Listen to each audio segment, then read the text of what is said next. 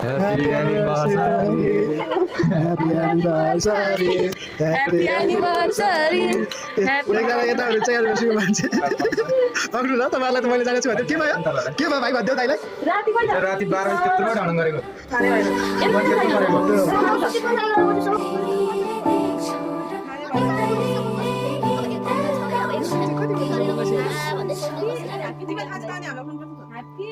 बाह्र बजी सुतिसक्यो